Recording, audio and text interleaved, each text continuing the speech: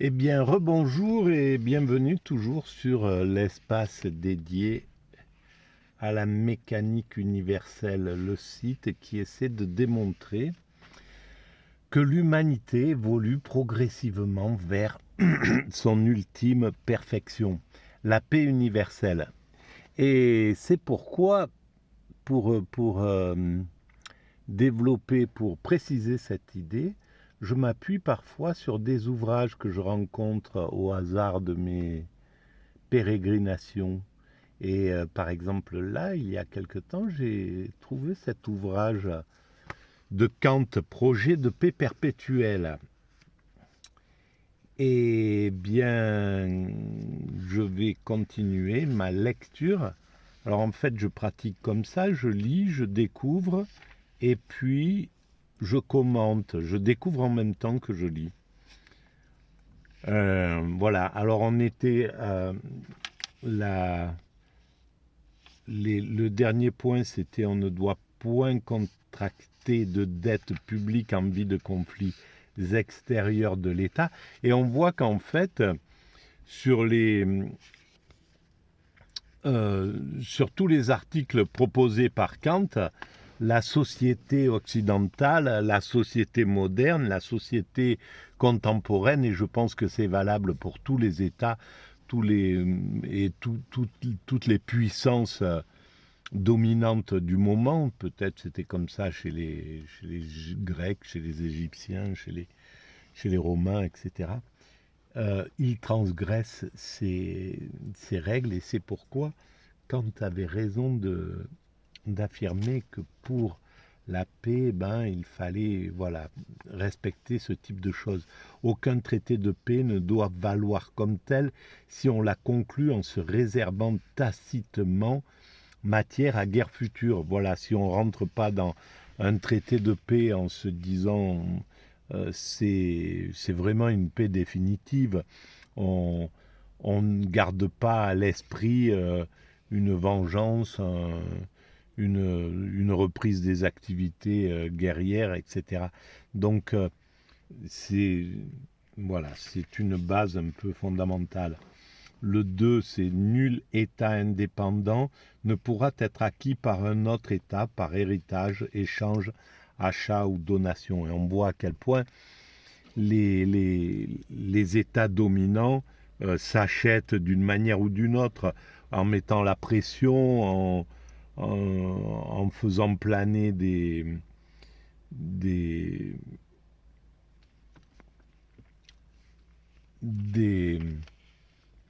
des sanctions, etc., sur les États plus faibles pour qu'ils votent le dominant le désir, par exemple, à l'ONU, etc., etc. Donc on voit bien qu'il y a quelque chose qui n'est pas euh, qui ne respecte pas les règles. Et c'est ce qui fait les guerres. Les armées permanentes, c'est la 3, doivent être entièrement supprimées avec le temps. Et là, on a vu que nous allons vers cela. Hein. L'humanité va vers la paix universelle. Et donc, à un certain moment, ben, les armées seront abolies, en somme. Peut-être que plus tard, il restera l'ONU comme puissance seule détentrice des armées et des armes, etc., de manière à pouvoir faire respecter l'ordre, mais un ONU absolument juste et absolument qui a atteint son état de perfection. Ensuite, on ne doit point contracter de dette publique en vue des conflits extérieurs. C'est ce que nous avons vu. Euh, Aucun État ne doit s'immiscer de force dans la constitution et le gouvernement d'un autre État. Et là, ben voilà, on voit encore à quel point on a essayé de...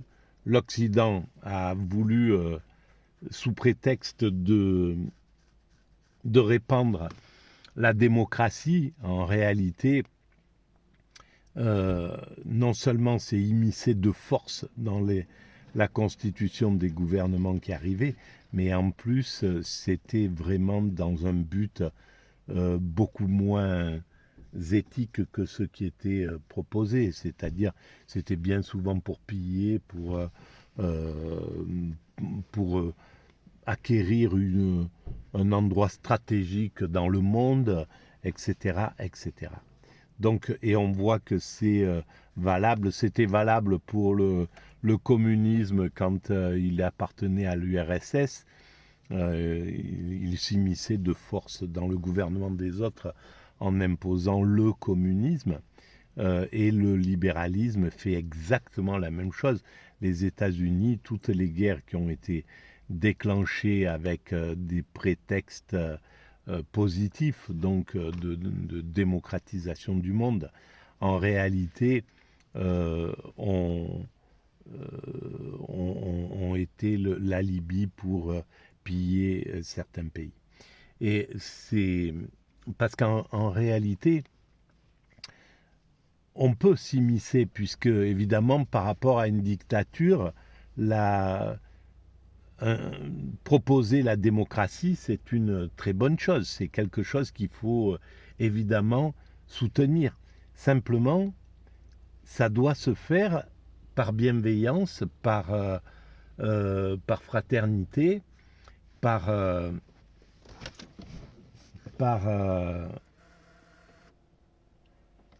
voilà, par proposition. C'est quelque chose qui doit être proposé de façon bienveillante. Alors évidemment que c'est intéressant de proposer, de dire à un État, par exemple, voilà, on avait, admettons, les guerres qui ont été poussées contre Saddam Hussein ou contre Kadhafi, qui étaient des dictateurs.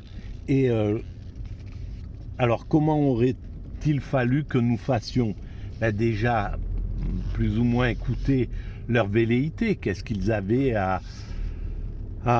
contre l'Occident. Il y avait beaucoup de choses. Par exemple, Kadhafi voulait trouver injuste que l'Occident thésaurise les privilèges en Afrique, etc. Il voulait fédérer l'Afrique, il voulait permettre à l'Afrique d'utiliser ses matières premières, ses richesses, pour son développement.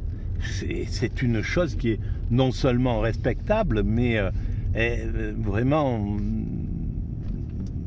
bonne.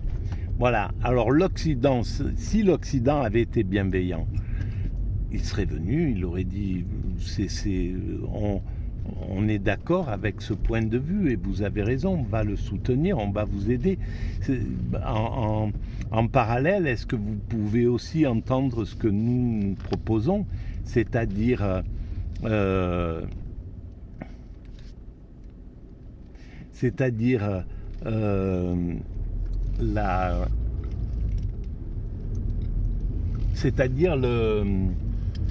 la démocratisation du monde, voilà. Donc est-ce que vous êtes prêt à évoluer? Est-ce qu'on peut vous aider pour évoluer vers quelque chose de démocratique? Voilà, vous avez un peu... c'est pas quelque chose qui doit se faire brutalement parce que c'est compliqué, effectivement, mais est-ce que vous pouvez organiser la société libyenne, la société irakienne, pour qu'après vous, ça soit un système démocratique puisse voir le jour? Est-ce qu'on peut vous aider à mettre en place tout ça, voilà, etc. Et là, c'est de la bienveillance dans ce cas-là. Et effectivement, c'était quelque chose de gagnant-gagnant parce que l'Occident aurait établi d'autres échanges avec l'Afrique. L'Afrique, au lieu d'être sur un système de pillage, on aurait été sur un système égalitaire. On aurait pu vraiment faire...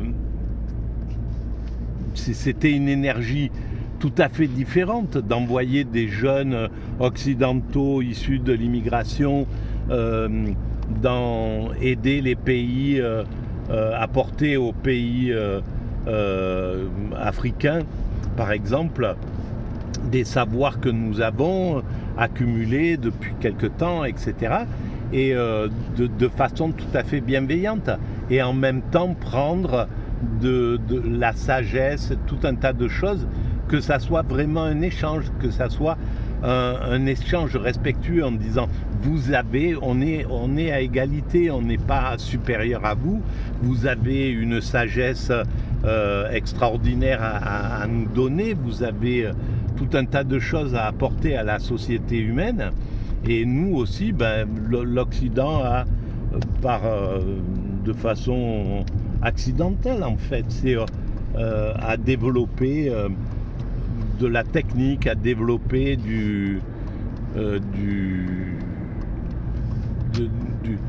le matériel, voilà.